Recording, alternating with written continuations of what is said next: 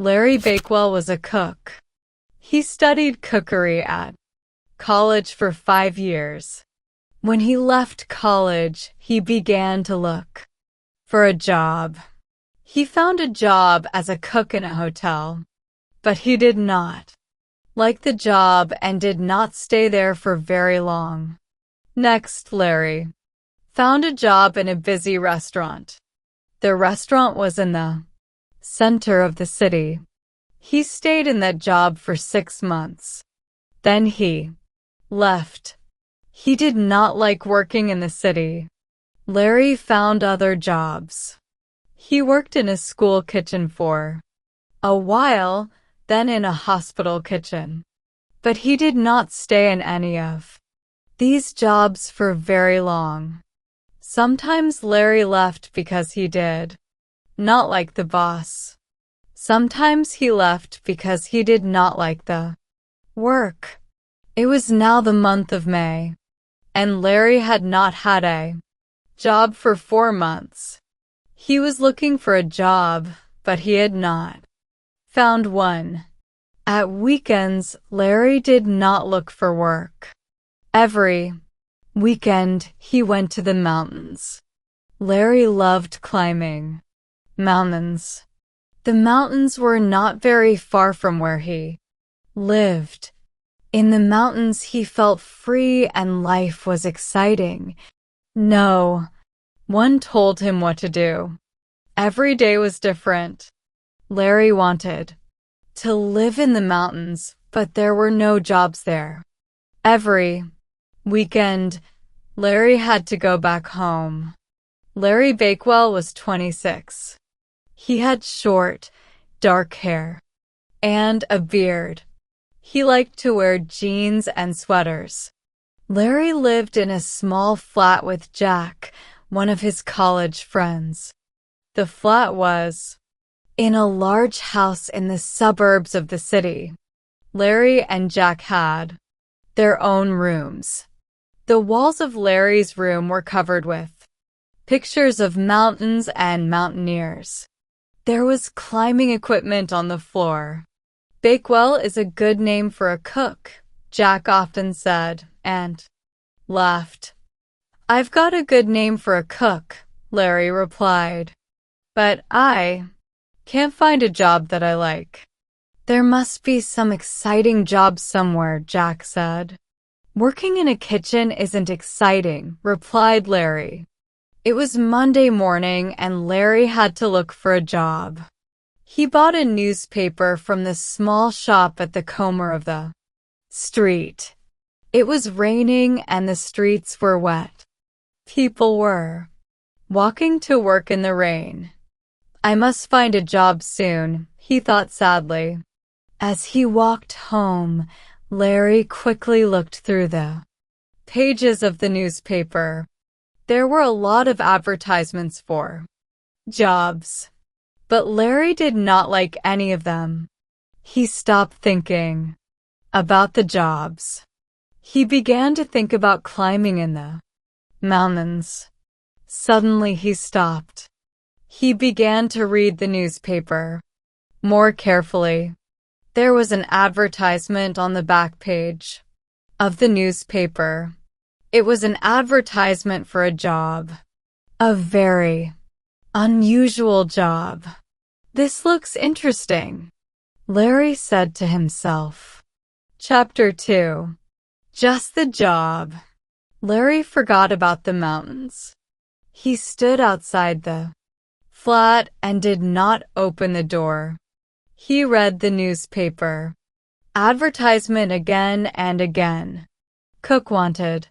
Are you an experienced cook? Are you 25 to 30 years old? Are you strong and healthy? Have you climbed mountains? I am taking an expedition to the mountains of northern Afghanistan and we need someone to cook for us. It is a scientific expedition to search for the Torik, a strange creature that lives in the mountains of Afghanistan. No expedition has seen the Torik. We will find it. Apply as soon as possible to Professor Max Lugner, Museum of Natural Science, London. Larry opened the door of the flat. "Jack," he shouted, "look at this advertisement." "What is it?" Jack asked. "Have you found a job?" "Look at this," Larry said again, very excited. They both read the advertisement together. "You're an experienced cook," said Jack. "And you have climbed mountains." "And I'm 26 and strong and healthy," said Larry. "This is the job for you," said Jack. They both read the advertisement again. Then Jack started to laugh. "But this is silly," he said. "No one has seen this creature. The Torok. They're going to look for something which no one has seen." "It isn't silly," Larry replied. "It's a job for a cook, and it's a job in the mountains. It's the job I've been looking for." In the afternoon, Larry went to the library. He did not go to the library often. He did not like libraries.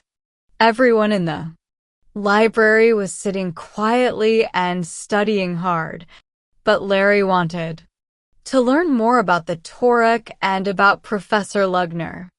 Larry went up to the librarian and asked, "Where can I find books about animals?" The librarian pointed to a long shelf on the other side of the library. "You will find books about animals over there," the librarian said, and smiled. Larry looked through the books carefully. Some of them were old and dusty. At last, he found a book with the title, "Monsters, Fact or Fiction?" "Perhaps there is something about the Torok in this book," Larry thought. Larry opened the book and looked at the titles of the chapters. Each chapter was an article written by a different scientist, and each article was about a strange creature. Larry looked for a chapter about the Torok. 1. The Abominable Snowman of the Himalayas by Sir Nugent Grant. 2. The Rock of Arabia by Mohammed Ben Sulla. 26. 3. The Loch Ness Monster by Angus MacLeod. 31. In Chapter 5, Larry found what he was looking for. 5. The Torok's Claws by Max Lugner. 78. Larry quickly turned to page 78 and read the first paragraph of Professor Lugner's article. "I have led 3 expeditions to Afghanistan. Each time we have seen the marks of the Torok's claws. But we have never seen the Torok. On the last expedition, the men who saw the claw marks disappeared mysteriously on Mount Kanchan. I believe they were killed by the Torok. I have seen the claw marks, and I am certain that the Torok lives in the mountains of Afghanistan." "That's strange," Larry thought. "All the other men who have seen the claw marks are dead. Only Professor Lugner has seen the marks and is still living," Larry thought to himself. Larry looked at all the other books on the shelf. He found nothing more about the Torok. He looked round the library. Everyone was sitting quietly. They were reading books and studying. Suddenly Larry decided, "I'm going to apply for the job," he said aloud. Everyone stopped reading and looked up at him. Larry ran out of the library. He went to the nearest telephone. Professor Lugner's secretary answered the telephone. "I'm applying for the job of the cook with Professor Lugner's expedition," Larry said. Chapter 3. The Shadow of the Torok. A few days later, Larry traveled down to London. He was Going to an interview with Professor Lugner. He did not like going to London. The city was crowded and dirty, and he had to wear a suit for the interview. He did not like wearing a suit. Larry was early. He arrived at the Museum of Natural Science at 10:15. His interview with Professor Lugner was at 11 o'clock. I'll look around the museum before the interview, Larry thought to himself. He went into the large hall of the museum. In the center of the hall there were skeletons of huge animals and birds. Larry looked at the skeletons. He read the notices underneath each of them. Time passed very quickly. Larry looked up at the clock. It was 5 to 11. My goodness. I must hurry, Larry said to himself. Professor Lugner's office was at the end of the large hall. Come in, Mr. Bakewell, the professor's secretary said politely. Professor Lugner will be here in a minute. Larry sat down and waited. He saw a door with the professor's name on it. There were 3 other people waiting. Are they applying for the cook's job too? Larry thought. He did not want to look at them. He picked up a newspaper and began to read. A bell rang. The secretary said, Mr. Bakewell, Professor Lugner will see you now. Larry got up and the secretary showed him into the professor's room. It was a large office. On the walls, there were maps and photographs of the other expeditions. But Larry did not see them. He was looking straight in front of him. He was looking at a huge, strange creature, half bird, half animal. The Torok, said Larry. The creature was about 9 feet tall. Its head touched the ceiling of the room. Larry looked at its large, black eyes and long beak. It had a long beak like a bird, but it did not have wings. Long, hairy arms rested at its sides. It had huge red claws on its hands and feet. Those claws have killed 4 of my friends, said a voice. Larry had not seen the man who was sitting at the desk beside the creature. I am Professor Max Lugner, the man said. The professor was a small man, about 40 years old. He stood up and shook Larry's hand. Professor Lugner had thin, gray hair and a small gray mustache. The professor pointed to the creature beside him. This is the Torok, he said. Beautiful, isn't he? Larry looked at the Torok again. He saw that it was made of painted wood. How do you know that the Torok looks like this? Larry asked the professor. Many years ago, travelers were crossing the mountains into India, Professor Lugner replied. These travelers saw the Torok. Many of the travelers died, but some of them lived and drew pictures of the Torok. I have the pictures here. The professor took the old pictures from his desk. Larry looked at the pictures and at the wooden Torok. That was many years ago, said Larry. Has anyone seen the Torok recently? The professor pointed to a photograph of 4 men on the wall. These 4 men left the camp one night. They never came back. They saw the Torok. If the expedition finds the Torok, Larry said. If we find him, said the professor angrily. There is no if.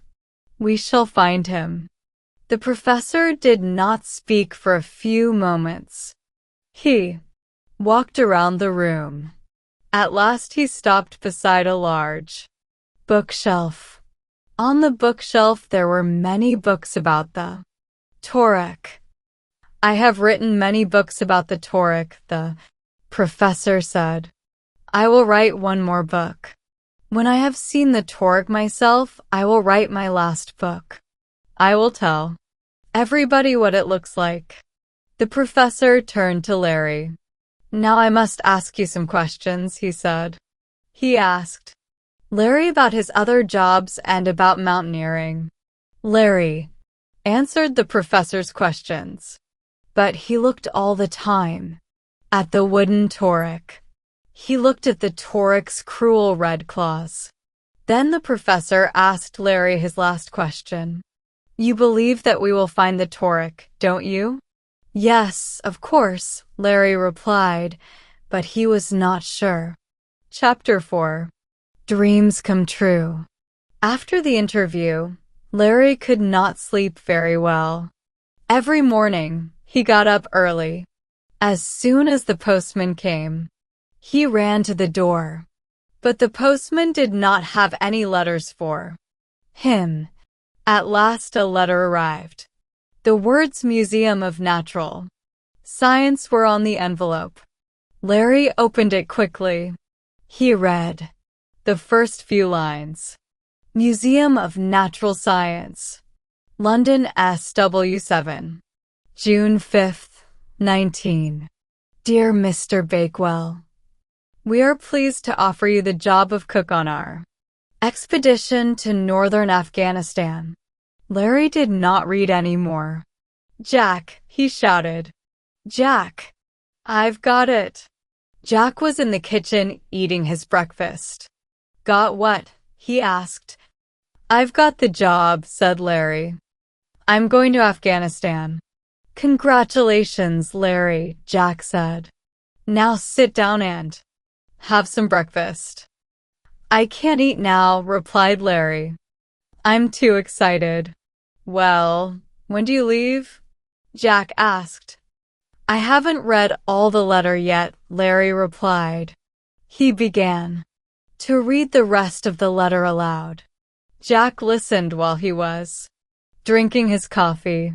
You will attend a meeting for members of the expedition on July 1st. The expedition will leave London by air on September 1st. We will reach Kabul, the capital of Afghanistan, the following day. When we have found guides, we will leave for the mountains. We will begin our search for the Torah on September 16th. We will soon see the Torah. Yours sincerely, Max Lugner, Expedition Leader.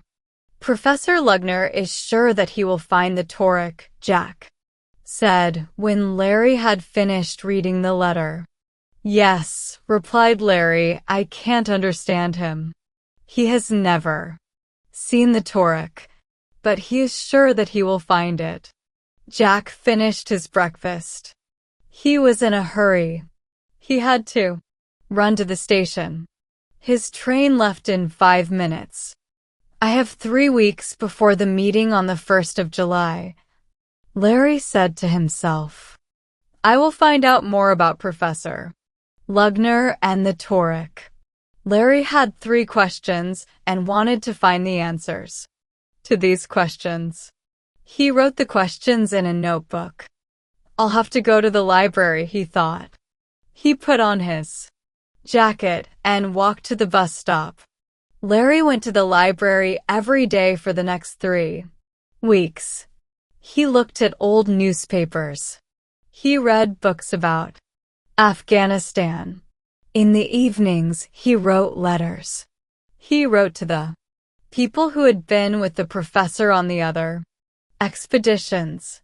He found some of the answers to his questions, but he also found other questions that had to be answered. Perhaps I will find the answers to the other questions when I am in Afghanistan, he thought to himself. Here is what Larry wrote in his notebook. Questions. 1. 4 men disappeared on other expeditions. Did the Torik kill them? Why did no one find their bodies? 2. Has anyone been on more than one expedition with the professor? 3. The professor says the Torik has killed many travelers. Were their bodies found? Did the Torik kill them? Answers. 1. The professor said the Torik killed them. Other members of the expedition said, we did not look for the bodies.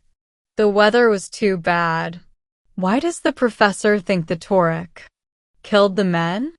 2. No. The professor always goes with different people. Why? 3. Many travelers have died in the mountains. The bodies of some of them were found. Were these travelers killed by the Torik? Chapter 5. The first meeting. On the 1st of July, Larry traveled to London again. Once more, he walked through the large hall in the Museum of Natural Science. Once more, he looked at the huge skeletons of animals and birds.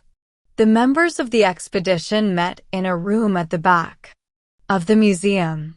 There were 15 members, scientists, a doctor, and a quartermaster. The quartermaster looked after the equipment. And, of course, there was the cook. There were many large boxes and metal cases. The boxes had labels on them: ropes, food, medical supplies, photographic equipment. The quartermaster was bending over the boxes. He was a young man, about the same age as Larry. He was wearing a dark green shirt and sweater.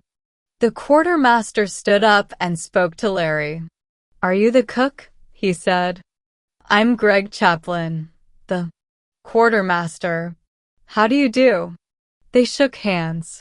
What was your job before you joined the expedition? Larry asked Greg. I was in the army, replied Greg. But I got tired of life in the army.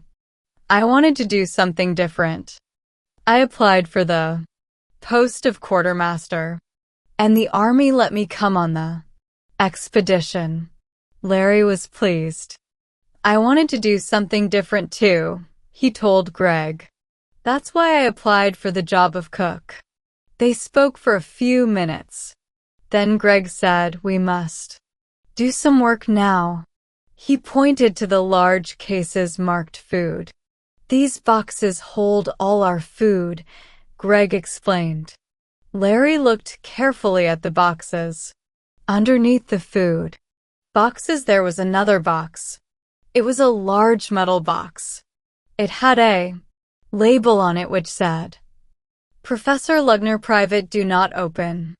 What's in this box? Larry asked Greg. Before Greg could answer, Professor Lugner ran into the room.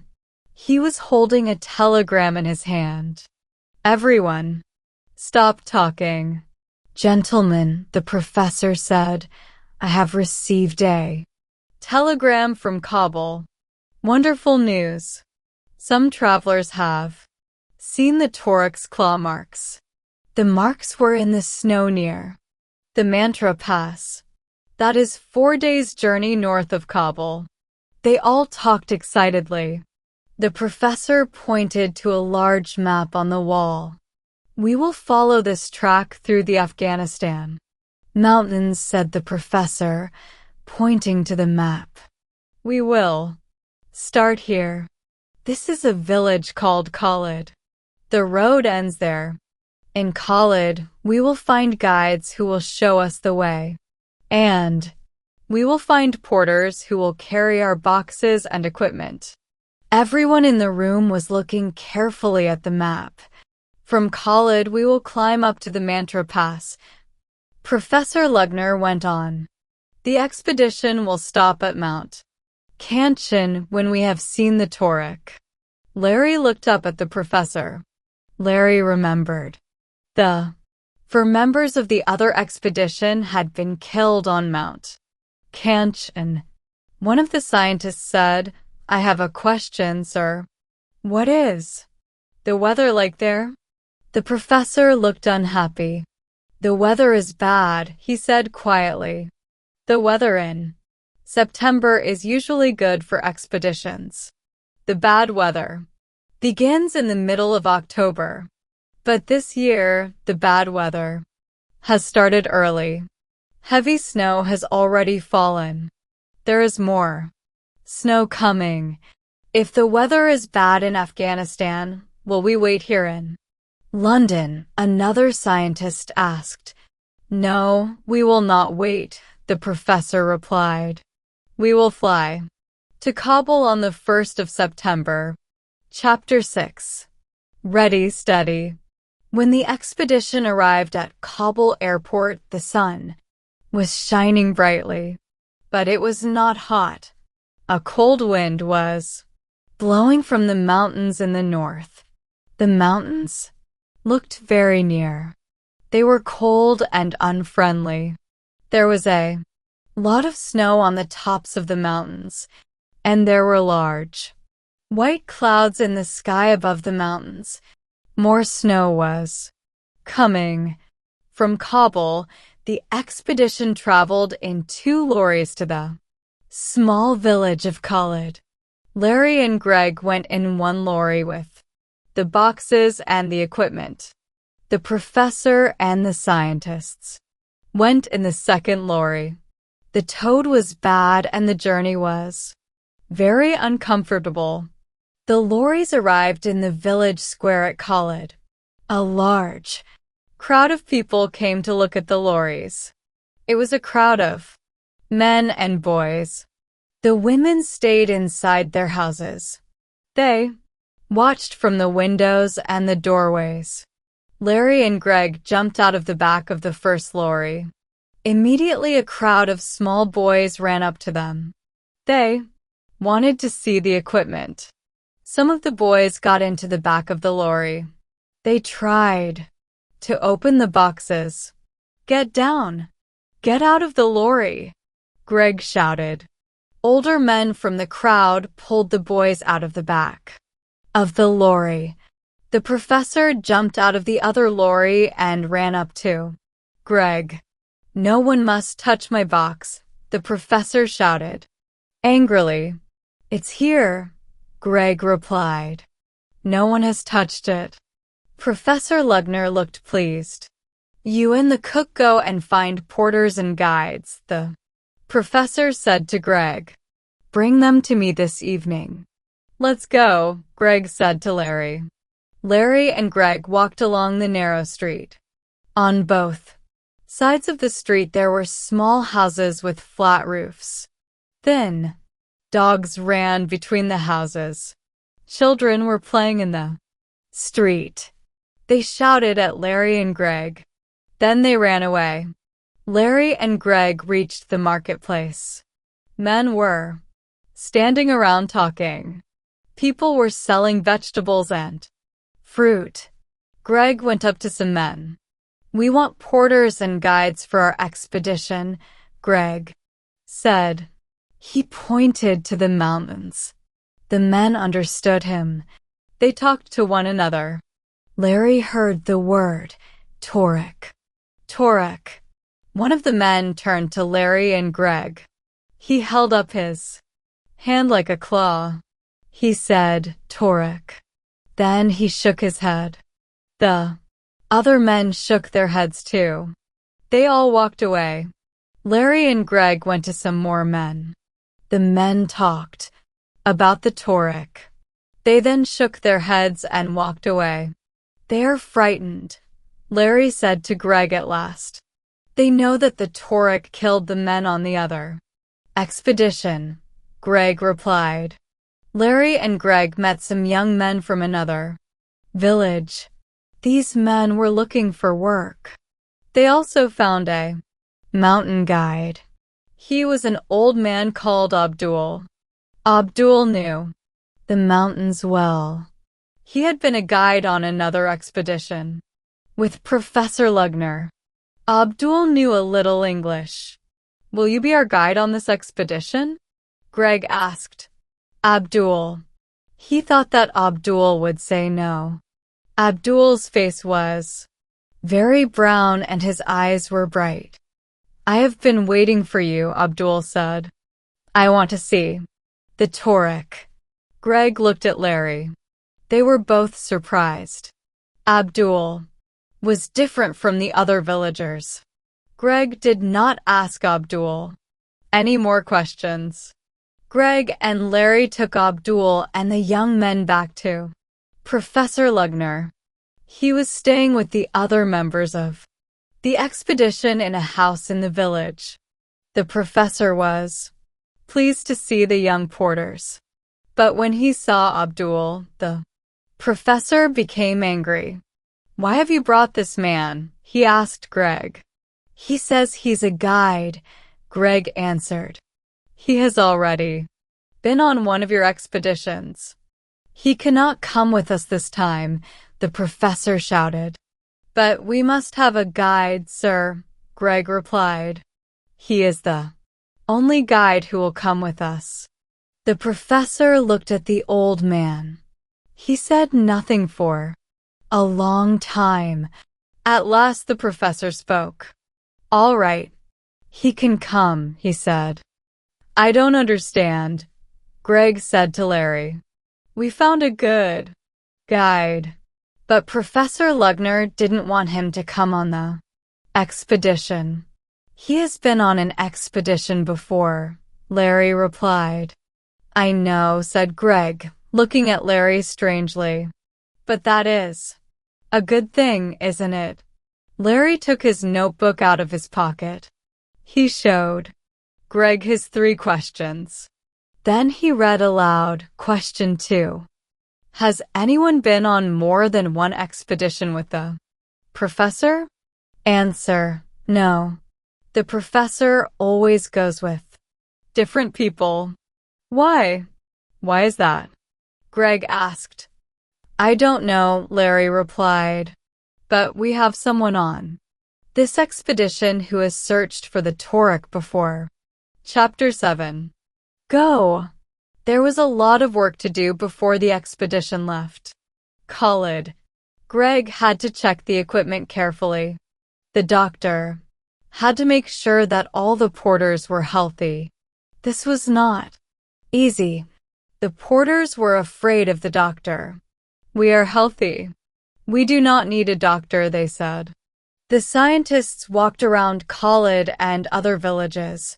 They asked the villagers about the Torik. Have you seen the Torik? They asked. What did the Torik look like? The villagers did not want to talk about the Torik. They were frightened. If we talk about the Torik will kill our children, the villagers told the scientists. Some of the villagers showed the scientists' teeth and hair. These come from the Torik, they said. If we wear these around our necks, the Torik will not kill us.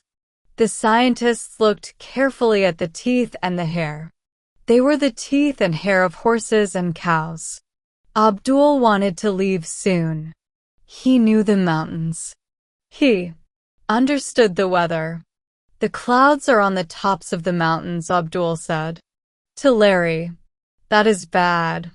The wind is coming from the north. There will be more snow. Abdul spoke to travelers who came from the mountains. The mountain tracks are full of snow, they said. I do not understand your professor, Abdul said to Larry. He wants to find the Torik. But he always looks for the Torik in bad weather. Abdul told Larry a lot about the other expedition. The weather was very bad then, Abdul said. Many of the men wanted to go back to Khalid. Why didn't you go back? Asked Larry. Your professor wanted to see the Torik, Abdul replied. Quietly. For men died, but your professor was happy. He saw the Torik's claw marks. Now he is well known. He is famous. Yes, thought Larry. Professor Lugner got his job at the Museum of Natural Science because of that expedition. Larry turned to Abdul. But why do you want to go on this expedition? He asked. Abdul smiled strangely. I want to understand your professor, he replied. That evening, Professor Lugner had a meeting with the members of the expedition. Everything is ready, he told them. We must start tomorrow. We must climb quickly to the Mantra Pass. Travelers have seen the Torek's claw marks there. Everyone went to bed early that night. They had to leave at sunrise. But no one slept very well. Larry was thinking about the Torek. In the morning, the clouds had gone from the mountain tops. The sky was blue. The tops of the mountains were white with snow.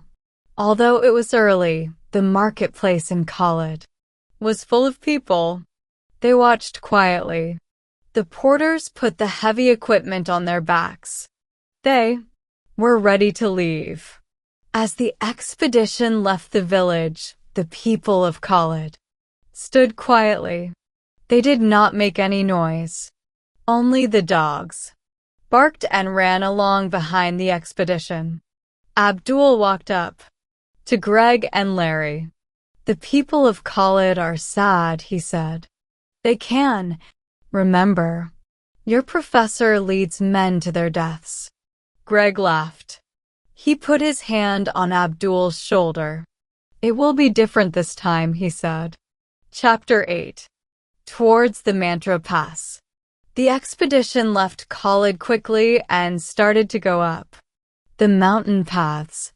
The paths were stony and it was not easy to walk on them. But there was no snow.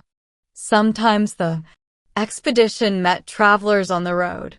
They were coming from the north. Their tired horses were carrying heavy goods. They were going to sell their goods in the markets of Kabul. Professor Lugner talked to the travelers about the Torek. Have you seen the Torek or the Torek's claw marks? The professor asked them.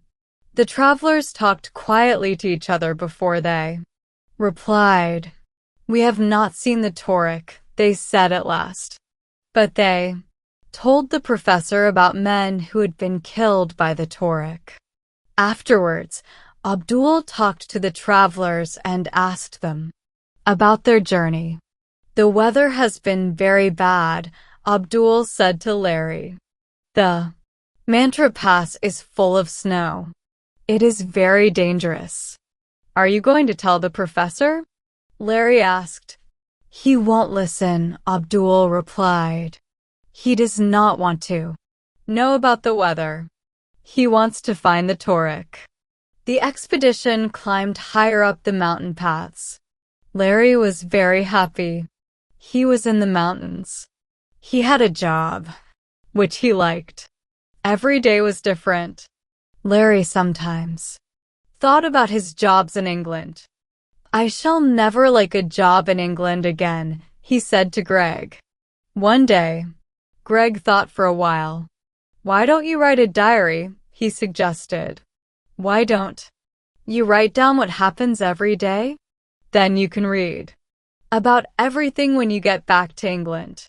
That's a good idea, Larry replied. And later you can write a book about the expedition. Greg continued. They both laughed. After supper, Larry went to his tent. He got out his notebook and wrote the date at the top of the page. Then he wrote down what had happened that day. Tuesday, September 19th. This morning we reached the snow. The snow is not very deep here, but we have to climb more slowly. The track is steep and dangerous. One of the porters fell this afternoon.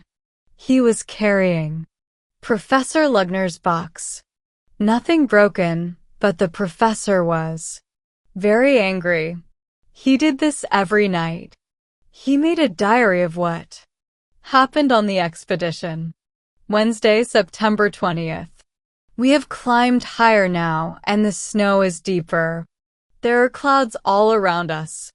Abdul is a very good guide, but he does not like Professor Lugner. He watches the professor very carefully. We talk a lot about the Torek now. Some of the scientists do not believe the stones about the Torek. They say that there is no Torek. They say that it does not exist. I am not sure. Perhaps there is a Torek, perhaps there isn't. Each night, 3 men guard the camp. Each man guards the camp for 3 hours. The guard stags in his tent, but he has to keep awake. He has to listen for the Torek. Greg is guarding the camp tonight. Thursday, September 21st. Today heavy snow fell. We have not left the camp. The wind is very strong. It is difficult to walk. Some of the scientists went to see the professor today. They want to go back to college. I do not know why they want to go back. It is dangerous here, but it is very exciting. Friday, September 22nd. This morning, all woke up suddenly. There was a loud noise outside the tents. The ground was shaking. The porters began to shout. I locked out of the tent. The air was full of snow. It was falling from the rocks above us. No one was hurt, but some of the equipment was covered with snow. We have been digging the equipment out of the snow all day. Tomorrow we will reach the Mantra Pass. Then perhaps we will see Torek. On Friday evening, when Larry finished writing, he was very tired. Everyone was asleep. Larry put out the light. He listened to the wind. He soon fell asleep. Chapter 9. Missing, believed killed. The next morning Larry woke up early. The porters were already awake. They were moving around and talking outside Larry's tent. Greg was in the same tent as Larry. He was still asleep. Larry lay and listened to the noise of the wind. What will happen today? He thought to himself. Suddenly one of the porters began shouting, Torek! Torek! Larry sat up and listened. What's that? Asked Greg, waking up suddenly. I don't know, Larry replied. I think someone has seen the Torek. Larry and Greg got up as fast as they could. They put on their boots and opened the front of the tent. There was thick cloud all round the tents. It was difficult to see anything clearly. The other members of the expedition were coming out of their tents. The porters were standing near the professor's tent. They were waving their arms and shouting. Professor Lugner was with them. Larry and Greg ran to the professor. In the snow, not far from the professor's tent, they saw claw marks. It's the Torek, shouted Larry. The Torek has been near the camp in the night, said Greg. Look, the marks are clear. There is no new snow on top of them. The professor was bending over one of the claw marks. He was measuring it. He stood up and saw Larry and Greg. This is the mark of the Torek, he explained to them. The Torek's foot is 36 centimeters wide and 58 centimeters long. The claws are 8 centimeters long. He drew a picture of the claw mark in his notebook. At last the Torek has come to us, the professor said. We will see him soon. I hope I don't meet him first, Greg said to Larry. Why didn't the guard see the Torek? Larry asked. Suddenly. I don't know, replied Greg. Where's the guard? Soon everyone was asking the same question. The guard was a young scientist called Guy. He had wanted to turn back when the weather became bad. Perhaps he has gone back alone, someone said. He wasn't very happy about the expedition. That's impossible, said another scientist. The weather is too bad to travel alone. The members of the expedition looked all round the camp. They called out the young man's name. They did not find him. They came back to the place where the claw marks were. Professor Lugner was still there. He had not moved. He was still making notes. Abdul, the guide, spoke to Larry and Greg. Your friend is dead, he said. The Torek has taken him. You will never see him again. How do you know? Larry asked Abdul. I have seen it happen before, Abdul replied. For other men died in the same way. Perhaps Guy is still alive somewhere in the mountains. Greg said. We must search for him. We will follow the Torek's claw marks. Perhaps we will find Guy, and perhaps we will see the Torek too. That's a good idea, everyone agreed. But Professor Lugner was very angry. He walked over to Greg. I'm the leader of this expedition, he said. Don't forget that. I'm sorry, sir, he said to the professor politely. But can't we go out and search for him? Professor Lugner looked at everyone standing round him. We will not search for him, he said in a loud voice. The Torek has taken Guy. We can't get him back. The men looked at each other in surprise.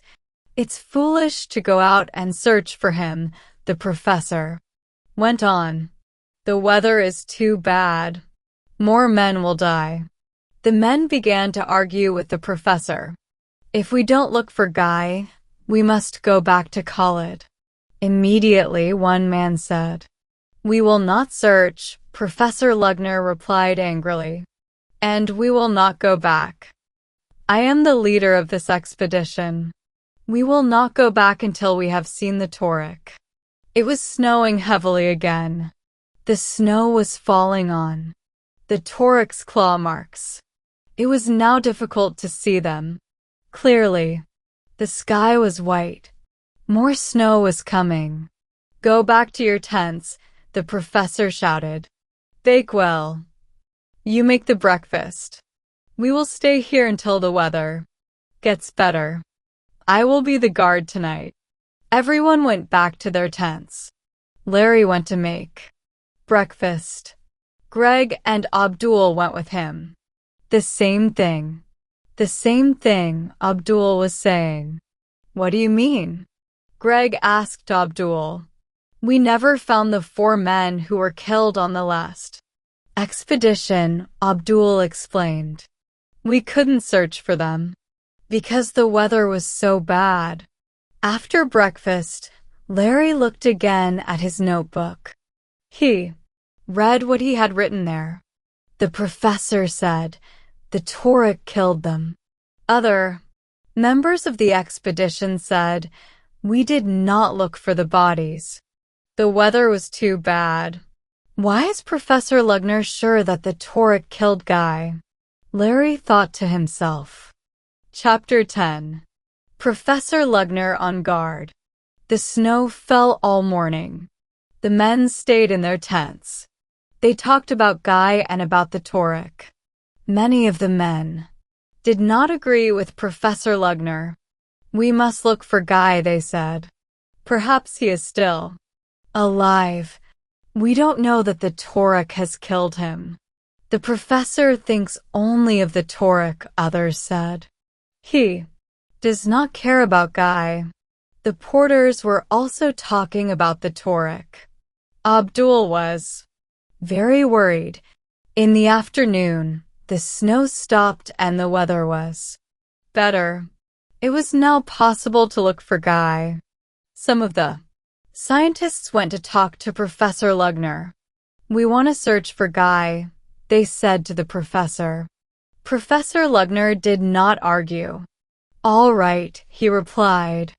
"It is very dangerous. But you can go." It was difficult to search. They could not see the Torek's claw marks.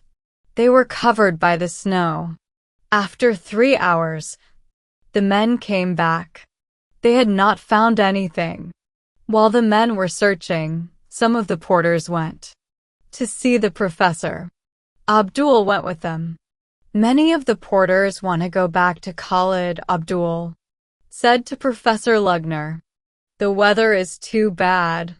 We cannot go on, and the porters are afraid of the Torek."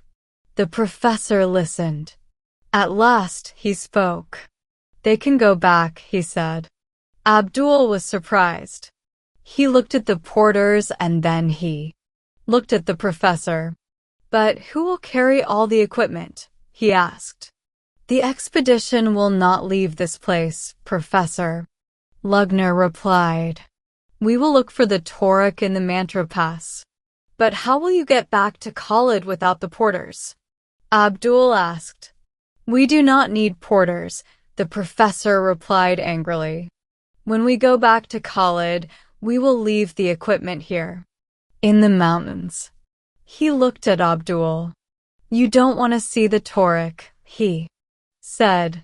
"But I cannot stop searching for the Torek now." There was a strange feeling in the camp that evening.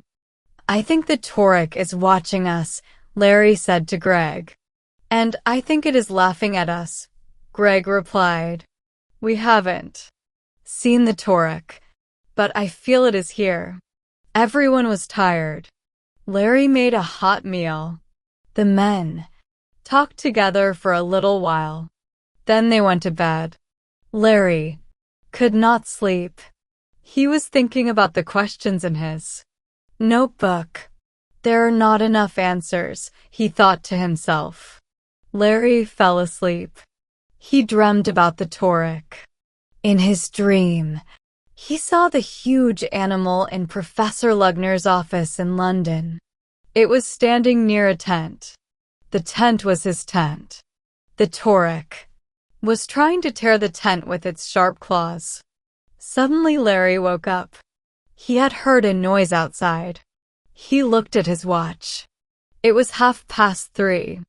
The professor is the guard now, Larry thought to himself. Larry listened. His eyes were wide open. Something was moving slowly near the camp. "Am I still dreaming?" Larry thought. Again he heard the sound. It was something large and heavy.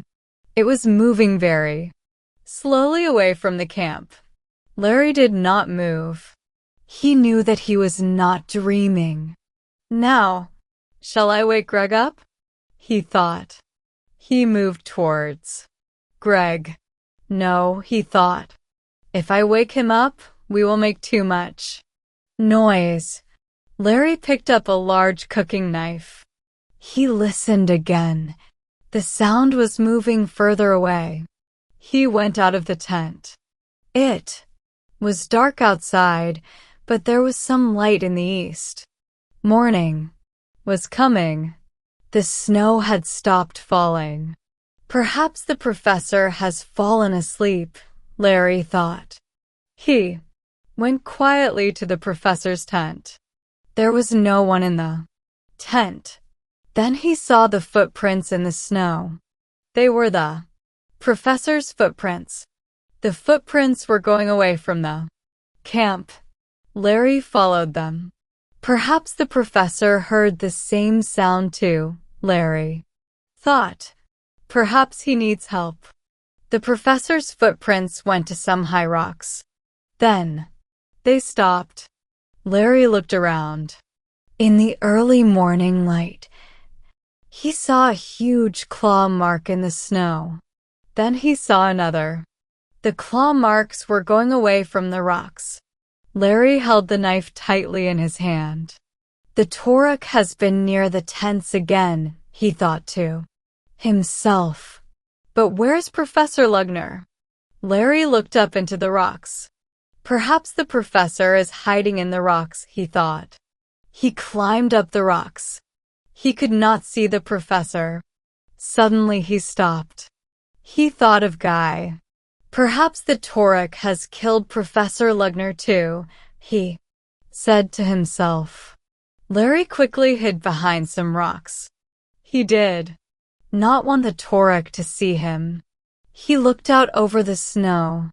The sky was now brighter. The morning light was shining. On the snow, Larry saw the Torok's claw marks clearly. They went across the snow. At the end of the track of claw marks, Larry saw a figure. He looked from between the rocks. The figure was Professor Lugner. Chapter 11. The Professor's Secret. Larry quietly moved over the rocks.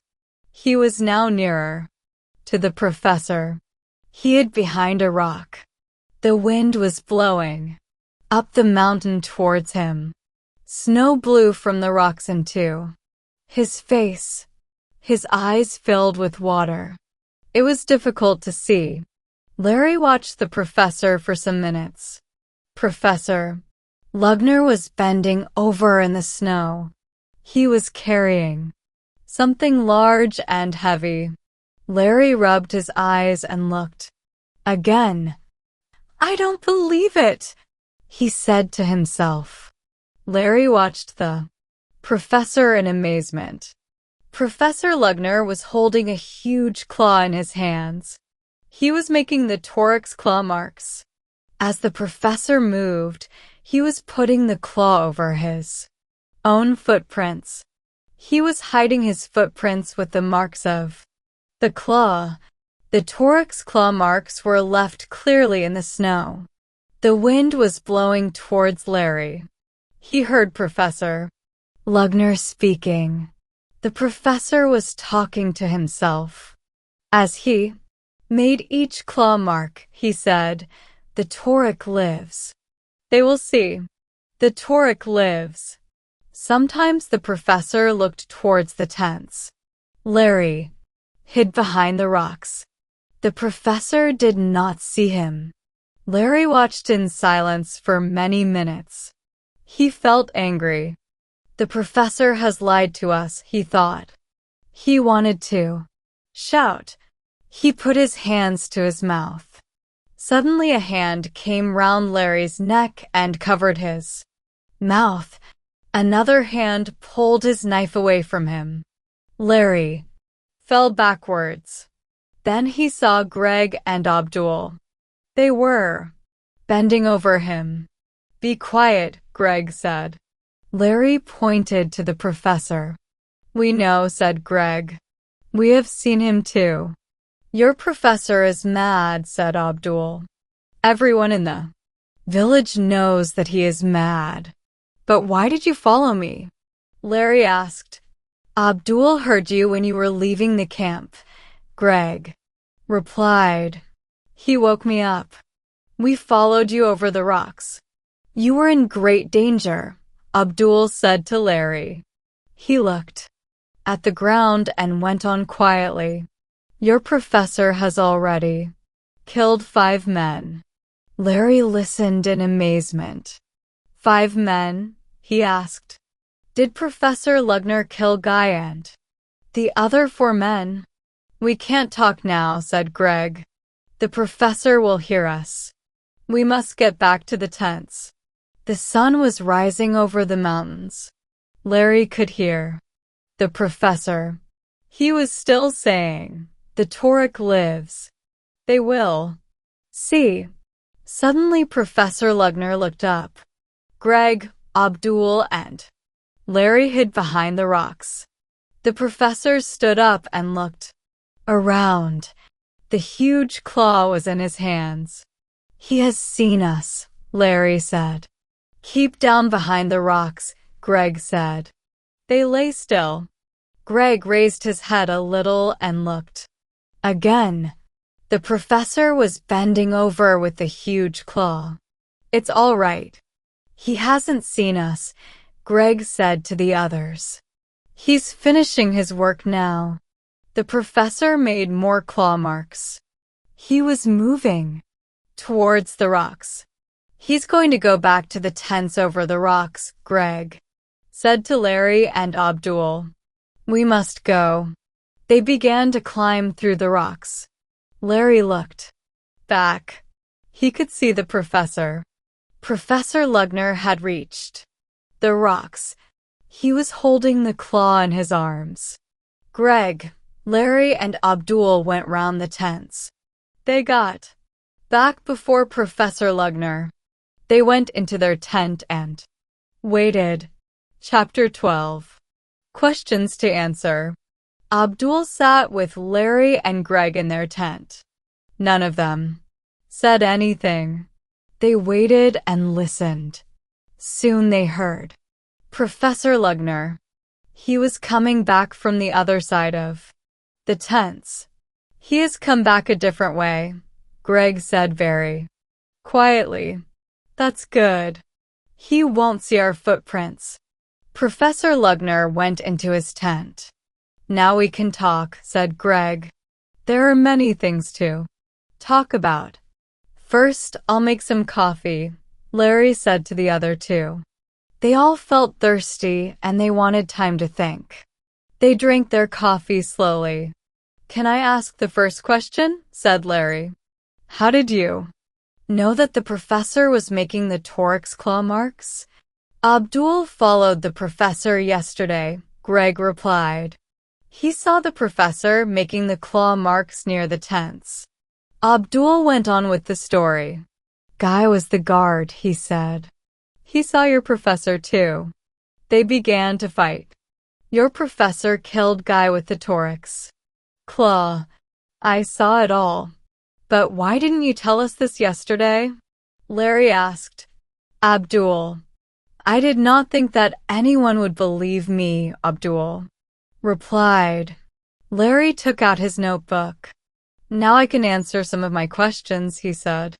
We know that Professor Lugner killed Guy, and we think that he killed the 4 men on the other expedition, said Greg.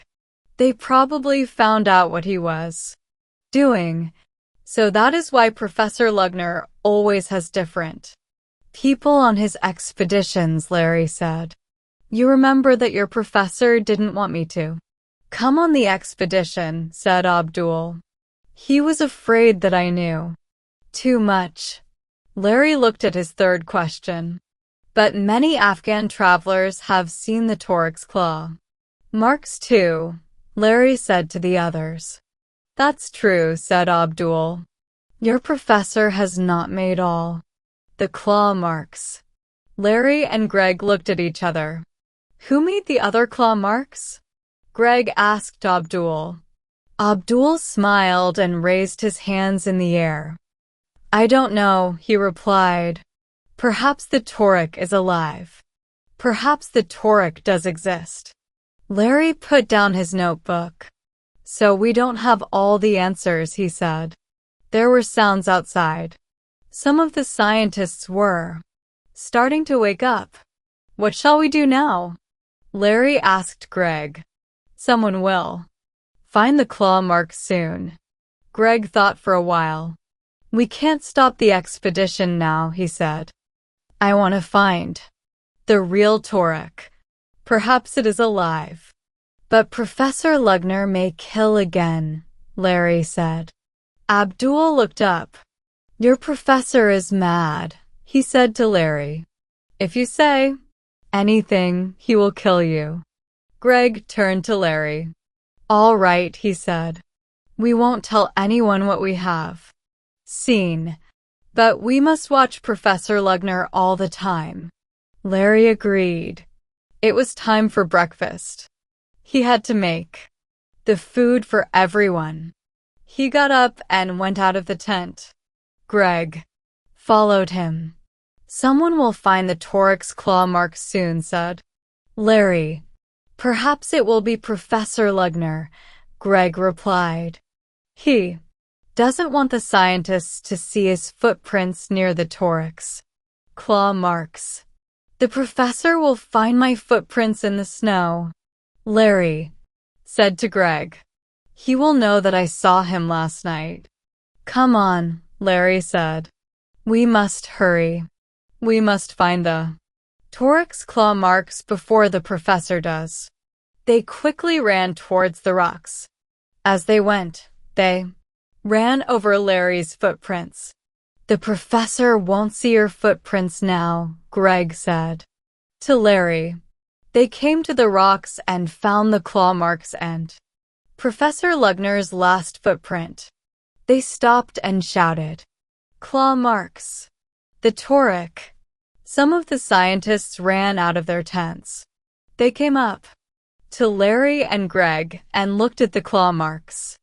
Everyone was excited. Professor Lugner came up to them. He looked worried.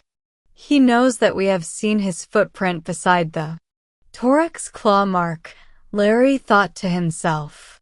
He wanted to get here first. Greg began to talk to some of the scientists. He wanted the professor to hear him. Professor Lugner has already seen the claw marks, he said. He saw them last night. Look, here are his footprints. Professor Lugner looked surprised. He spoke slowly. Yes, I saw them last night, he said. I was going to tell you all after breakfast. I did not want to frighten the porters. Again, Greg walked up to the professor and shook his hand. Congratulations, sir, he said. You must be very happy.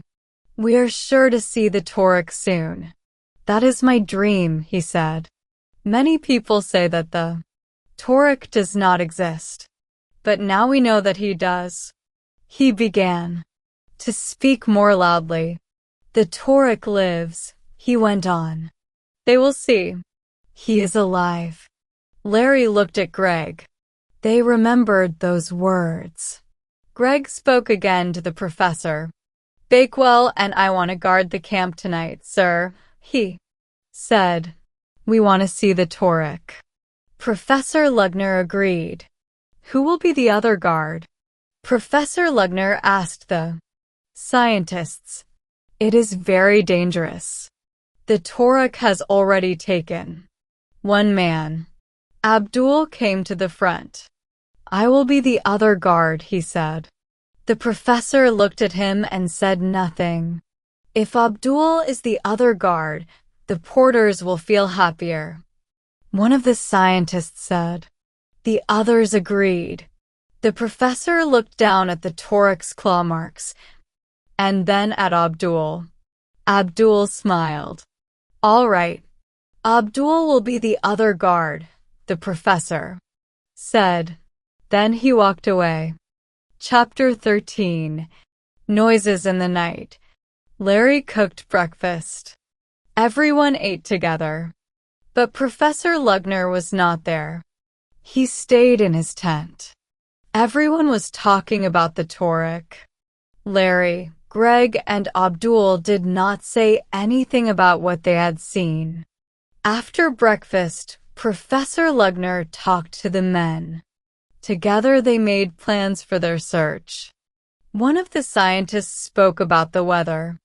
The weather will be very good today, he said. But it is going to get bad soon. There will be strong winds and more heavy snow. We haven't much time, Professor Lugner said to the members of the expedition. Today, some of us will search above those rocks. The others will come with me. We will search around Mount Kanchen. Larry and Greg went with Professor Lugner. They watched him carefully. They started to climb Mount Kanchen. It was very steep and they climbed slowly.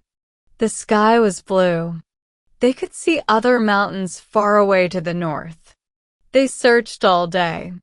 They found nothing. They returned to the tents in the early evening. The others were already there. They had not seen the Torek or its claw marks. The sun set behind the mountains. It became dark. Larry was the first guard. While the others slept, he sat in his tent. If you hear the professor, wake me up, Greg said to Larry. Bad weather is coming and he will probably go out again tonight.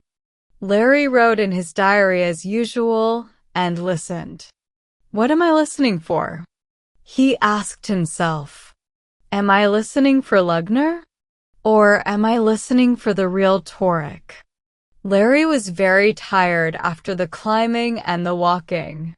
It was difficult to keep awake. Sometimes he fell asleep for a moment, but he soon woke up. Later in the night, he made some coffee. At 11 o'clock, Larry heard noises outside.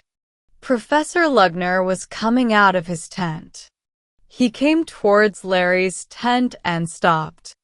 He called Larry's name quietly. Bakewell, Bakewell, are you awake? He asked. Larry suddenly felt very frightened. Does he know that I saw him making the claw marks? He thought. Does he want to kill me now? Larry did not speak. The professor went away. He went back to his own tent. Larry listened. He heard the professor opening a box.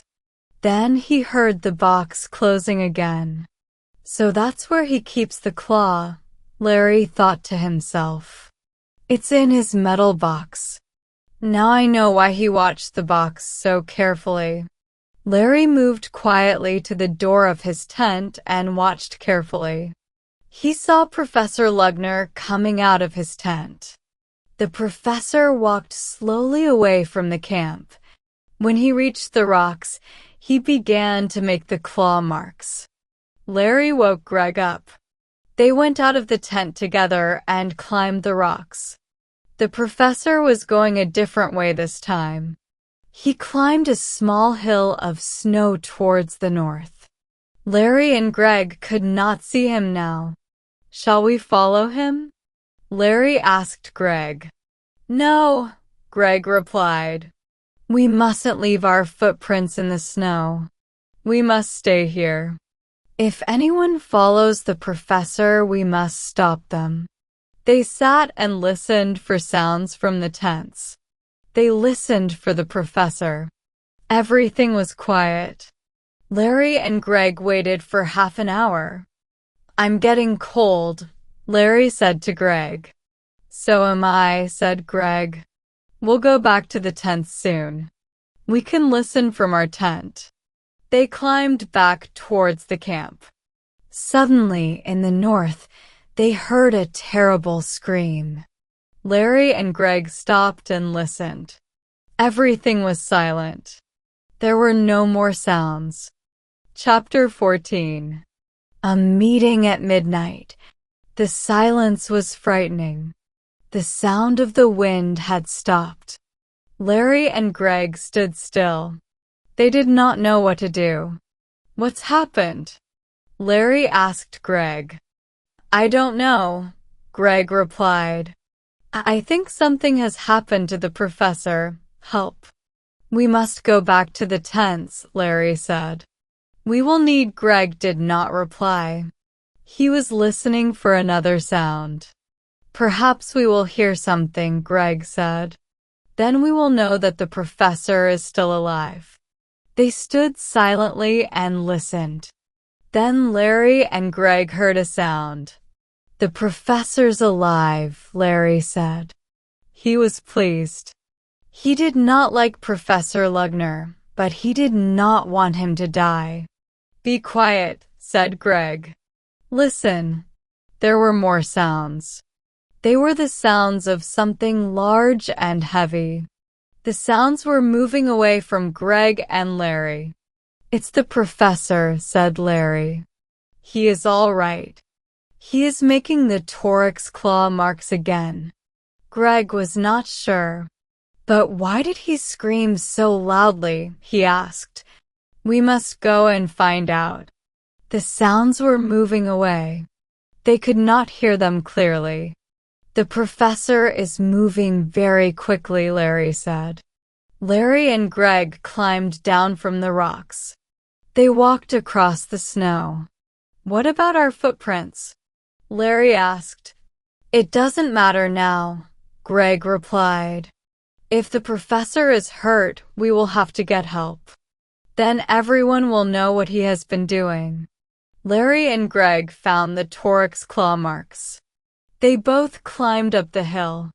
They reached the top and looked over. The other side of the hill was steep. Larry and Greg could see the track of the claw marks. The track went behind some rocks. Said, "The professor is somewhere behind those rocks, Greg." Larry went over the top of the hill first.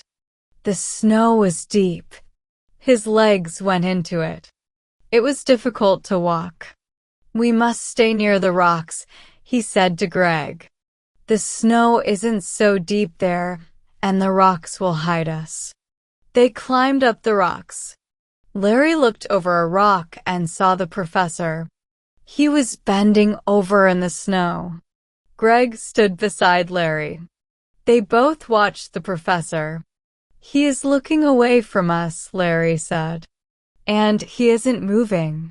They waited, but the professor did not move. "Shall we go nearer to him?" Larry asked Greg. "We'll go very slowly and very quietly," Greg replied. "We don't want him to hear us." Larry and Greg moved forward slowly. They moved nearer to the professor. The professor was not moving. Greg stopped and spoke quietly to Larry. "You go to the left," he said. "I will move to the right. When I put up my hand, call Professor Lugner's name. He'll turn and look at you. Then I'll run and jump on him." "I understand," Larry said. Larry moved through the snow to the left. Greg went to the right. He put up his hand. He was ready to run towards Professor Lugner. Larry called Professor Lugner's name. "Professor Lugner. Professor Lugner." The professor did not move. Greg looked at Larry. Larry called again. This time he called more loudly. "Come on," Greg shouted. They both ran towards Professor Lugner. He was dead. His body was bending over in the snow. "Look at the snow," Larry said to Greg. For the first time they saw that the snow was red with blood. Larry touched Professor Lugner's body. It fell down on the snow. "Claw marks," said Larry. The front of Professor Lugner's body was covered in blood. His clothes were Tom. Huge claws had Tom open his face and arms. Greg looked around. "Where's the Toryx claw that the professor was carrying?" he asked. It's here in the snow," Larry replied. "There's no blood on, Greg, look," Larry shouted. "Body." He was pointing down the hill away from the professors. "The Toryx claw marks go on across the snow," he said. A track of claw marks went down the side of the mountain. Larry looked at Greg. "The Toryx does exist," he said. Chapter 15. A job for Larry. The members of the expedition went back to Kabul. They got on the plane for London. At London Airport, newspaper and television reporters were waiting for them. The reporters asked many questions about the expedition, and they took lots of photographs. Larry was famous. His picture was on the front page of every newspaper in the country. Larry was very busy. Everyone wanted to know about the Toryx and Professor Lugner. Larry had to go to meetings. He had to talk to famous scientists. There was no time to look for jobs now. 2 weeks after they came back, Larry and Greg were on television. They were asked more questions about the Toryx. Why did Professor Lugner make the Toryx claw marks? They were asked. The Toryx had made the professor famous, Larry replied. He wanted to show everyone that the Toryx exists. And he did show everyone, Greg added. After the television interview, Larry was saying goodbye to Greg. "What are you going to do now, Greg?" he asked. "I'm going back to the army," Greg replied. "And what are you going to do, Larry?" "I don't know," Larry replied. "Why don't you write a book?" Greg said. "You can call it In Search of the Torek." Larry laughed. That night, Larry got out his diary. He began to read it again. Then he started to write. He did not go to bed. He wrote all night. A year later, Larry's book was on sale in the bookshops. On the front was a picture of the Torek. It was the wooden Torek which stood in Professor Lugner's room. Many people bought the book. One day, Greg was walking through the center of London. He walked past a bookshop. He saw a notice in the window. "Today Larry Bakewell, the author and climber, will visit this shop. He will sign copies of his book In Search of the Torek." There were lots of people inside the shop. They had all bought a copy of Larry's book. They were waiting for Larry to sign their copies. Greg bought a copy too. He stood and waited. "Next person, please," Larry said. He did not see Greg. He did not look up. He wrote in Greg's book, "With best wishes, Larry Bakewell. What are you going to do now?" Greg asked Larry. Larry knew Greg's voice immediately. He looked up and laughed. "I'm going on an expedition to look for the Torek," said Larry. "We will find the Torek this time." "I am sure." "I've heard that before," Greg said to Larry. "May I apply for the post of quartermaster?" The end. Hope you have enjoyed the reading. Come back to English Story Podcast to find more fascinating and exciting stories.